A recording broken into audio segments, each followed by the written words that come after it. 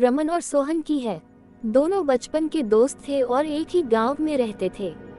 उनकी दोस्ती इतनी गहरी थी कि वे हर काम साथ में करते थे, चाहे वह खेत में काम करना हो या मेले में जाना। गांव में उनकी दोस्ती की मिसाल दी जाती थी। एक दिन रमन और सोहन ने तय किया कि वे जंगल में जाकर कुछ लकड़ियां काटेंगे और उन्हें बेचकर पैसे कमाएंगे। दोनों खुशी खुशी जंगल की ओर चल पड़े।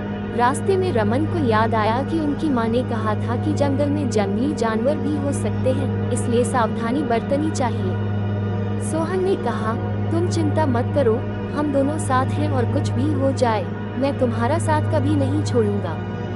जंगल में पहुंचकर दोनों ने लकड़ियां काटनी शुरू की। अचानक झाड़ियों में कुछ हलचल हुई। रमन और सोहन डर गए और देखा कि एक भालू उनकी ओर आ रहा है। रमन जल्दी से पास के पेड़ पर चढ़ गया, लेकिन सोहन को पेड़ पर चढ़ना नहीं आता था।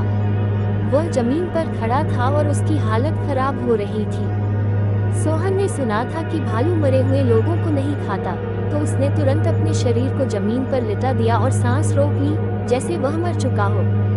भालू उसके पास आया, सोहन की नाक के पास अपनी नाक रखी और उसकी सांसें सूंघी।